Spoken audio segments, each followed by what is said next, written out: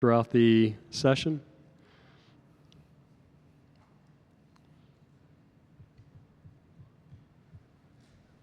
Garrett Chapman, I'm with 92.9 The Game in Atlanta, also with 247 Sports. You guys graduated two big leaders in Ely and Thomas last year. Who has stepped into the leadership role on the defensive side of the ball? And then what have you seen from the two additions that you guys made through the transfer portal? Leadership-wise, I would say myself, Daquan Doucet, and Sylvain here. We've all kind of already been leaders on the team in a sense, but now that Ace and Charlie are gone, we're here to continue to push the message that they pushed, obviously from the head man himself, and the new additions, two linebackers, Andre and Braylon. Excited to see how they come in and play in the fall. They had a good spring, been preparing well in the summer, and it'll be a show this fall. LaMiles, hard right, third row at the end. Miles Williams of the three-point conversion. LaMiles, during the last 10 years, I would say Georgia Tech has been struggling to find its identity and culture within, the city of Atlanta. Is there a personal emphasis to change that for you from a fan perspective and a team perspective? Could you reword that? Is there a personal emphasis for you to change the identity and culture from a fan's perspective and a team's perspective of Georgia Tech?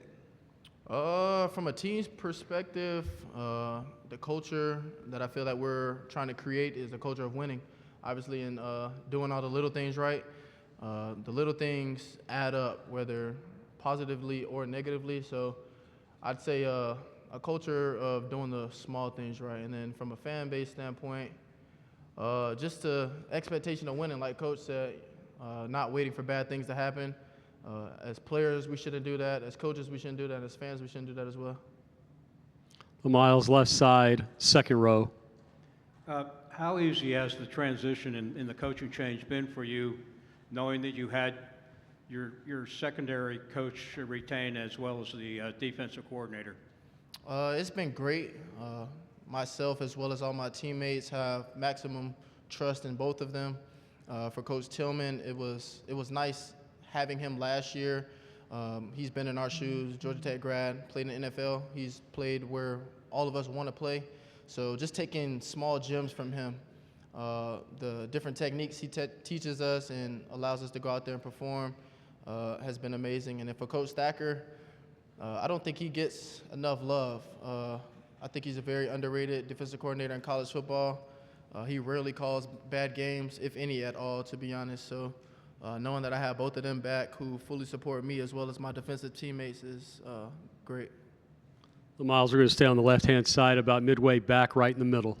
Kelly Quinlan, Jackets Online. LaMiles, I was just curious about what's kind of different about this team right now. I know you just finished kind of your summer OTAs, and just what's different maybe with the vibe with this team right now compared to a year ago?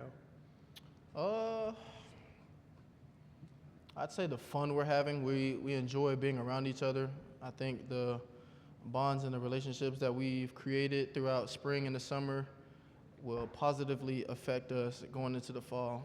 Being able to look to our left and right and say that we know the man next to us, it'll allow you to go out and feel the need to compete for the man next to you, as well as, once again, just honing in on the little things, I think once we excel in those, it'll make substantial changes. LaMiles, thank you. You can switch places with Jordan, and we'll give Jordan his 5 minutes at the podium. Jordan, I think we're going to start to your left, second row, a gentleman with his arm that was just in the air. There we go. Jordan, Benjamin London with 247 Sports. Obviously, you came in and you were a very young freshman, but now you're the leader of this offensive line. Just talk about the leadership perspective for you this year, getting to mentor some of the newer guys on this offensive line.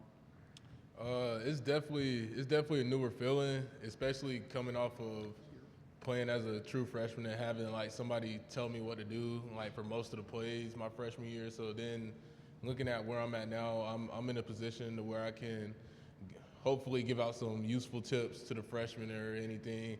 But really, any tips I give out or something, it's either something Coach Key told me or something that sounds good enough that Coach Key told me, and that like if he's around me, I'll look at him, he'll give me a look. So that's really how I go with the leadership now, and it's really mostly for me just like watching film and like giving them like coaching tips on film. Jordan, right side, young lady in the green jacket. How are you? Hi. Oh, hey, how you doing? Good, how are you? Katrina Sacken with Sports and Culture Media. Coach had mentioned there is always room for improvement. What are you looking to personally improve upon for the season? What are you looking to capitalize on for the season? Really blocking on the second level, like linebackers, hand placement. Yeah, and really everything. Like it's a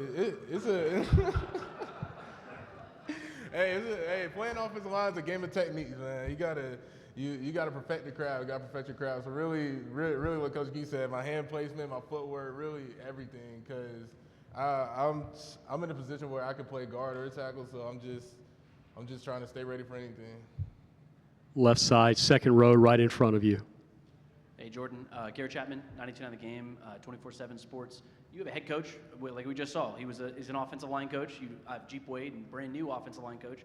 What's it like having a head coach that has a history of the offensive line, and then how's your new relationship with Jeep Wade? My relationship with Coach Wade is good. He's a cool, like, laid back coach. I'm not gonna say laid back. He's not that laid back. But he's definitely still hard on you and everything. And he definitely is like preaching the right stuff, telling everybody like what they need to hear. It's not really about what you want to hear. It's about what you need to hear. And he does that. He does a good job with that, making sure keeps everything black and white. That's like one thing Coach Key really always did with us. So there's really like no questions in the air about like where are we at with this, what position am I going to be playing at with that. You always knew. But having an O-line coach and an O-line head coach is pretty funny at practice when like you just going through Indy or something and you can see like Coach Key just staring us down like a hawk, like just ready to give a little correction or something. Jordan, to your right, fourth row, red shirt. Kenton Gibbs with Locked On ACC. Jordan, in terms of the leadership part that you all talked about, and in terms of how Coach Key has, referenced accountability multiple times and whatnot, we all know that the best teams come when the players are the leaders and they police themselves. So what does that look like for you, being an older guy, being a guy that's played since you were young? What does that look like in terms of accountability, not only for yourself, but instilling that in the younger offensive linemen and the younger players on the team in general? I feel like that goes into like having a good relationship with everybody. So everybody will be willing to like take your advice and be able to listen to your whatever points you have to give them. And really you want to be accountable as a leader, just so like, cause you got all the younger guys looking up to you. So you don't just want to be like an older dude, not doing, like going through the motions, not doing the right thing. Cause you really never know what younger guys really paying attention to you. Jordan, your last question will come quickly to our right against the wall. Hey, Jordan, Miles Williams of the three-point conversion. How tough is it for you transitioning to blocking for a new quarterback, sort of trying to learn his in-game tendencies, being that you're not used to playing with him? That's really, I don't think I've ever really thought about like offensive line like that, because really like, it's like when you build up on reps, you kind of just get a feeling for it. And like we've gotten so many reps with every quarterback that you really got a good feel of what anybody could possibly do in the game. And then you just know from watching practice film, seeing how all of them play, you just have an idea of like what could come out of it. Jordan, thank you. You can switch places with Sylvain Yondjouen, and we'll have Sylvain for about 5 minutes or so. First question from our young man from Belgium will come to our right, back to the red shirt. Kenton Gibbs with Locked On ACC. Sylvain, you are a player that obviously coming from Belgium, you experienced football late and started playing late. How have you made the transition as rapidly as you have to become as good as you are at this sport that, I mean, a lot of guys are playing from 4 or 5 forward to be where you are today and to be seen as a leader on this team in a sport that, again, is fairly new to you by some people's standards? I think personally it's just the coaches I've been around, listening to what they say. I've been told I'm a very coachable person. I get coaching a lot because I don't know the game. They always know it better than me, so there's no point for me to argue what they tell me or something. So I really just be doing what they say, and it works out. And for the past few years, I can see getting better at the stuff I didn't do right at the beginning. It's really practice on practice. It's doing it again. What Coach Cohen talks a lot is fundamentals, and I think that's something that I didn't know at first. Like the basic stuff about football, you keep it all your life. And yeah, that's what I learned those past 5 years, and just getting better at it. Sylvain, to your left, about midway up the aisle. Kelly Quinlan, Jackets Online. Hey, just curious, how much of an inspiration was seeing what Keon did last year and seeing him get drafted in the second round and seeing that potential? Because you did have games where you could even argue maybe you outplayed him a little bit in your role. Just kind of what kind of inspiration, I guess, is that for you to see that? It's really like it gives me a lot of motivation to keep working hard. Because I saw Keon at the beginning of the season, or even when he transferred at first, he didn't really play a lot, and then he played way much last year. Just see him work every day. He would come in, get treatment, get in the hot tub, get stretched before everybody, after everybody, stay longer after workouts. And it just shows that if you put your mind to it and you keep working for it, it'll pay off. And that's what I'm trying to do, just like him. Just keep working, head down, and we'll see where I get. But yeah, I'll put 100 every time. Sylvain, hard right here, third row against the wall. Miles Williams of the three-point conversion. Coming from Belgium, how much or how has your teammates helped you adapt to the Atlanta culture, swag, food, all that? A lot. I mean, my freshman year, it was a different team. So I did a bunch of different stuff. I did enjoy my freshman year as of it was just a year of discovering America for me. Really just feeling what college was, because you heard about it back overseas, but you don't really believe it until you see it. And yeah, I mean, I went through a lot my freshman year, seeing stuff, and yeah, I mean, you get used to it. I mean, I've been 4 years in Atlanta now, so 4 or 5 years, and I think I got acclimated well to it. I mean, yeah. Staying on the right side, midway back, fifth row. Please raise your hand.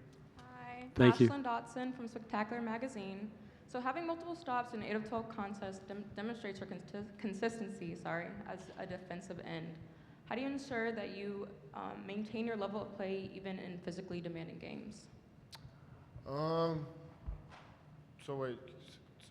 Sorry, can you repeat that? I'm sorry. Sorry. How do you ensure that you maintain your level of play even in physically demanding games? Hydration. I think I have one right here. Recovery and hydration. There's something we really work on right now also during the summer. It gets very hot and humid in Atlanta. So I think a lot of water, drinking water, I mean, that's what I do personally. I gotta drink way more water than usually because the heat really affects me. I think the recovery part is where you only get one body. That's what an old coach told me. You only get one body, so you gotta take care of it. If it's your last one, you can't go nowhere without your own body. Recovering, stretching, water. So yeah. That's a lesson for everyone in the room, and we will end on that note. Georgia Tech, good luck this year. Enjoy the rest of your day. Thank you. Folks, a reminder, we have a fireside chat with Al Riveron.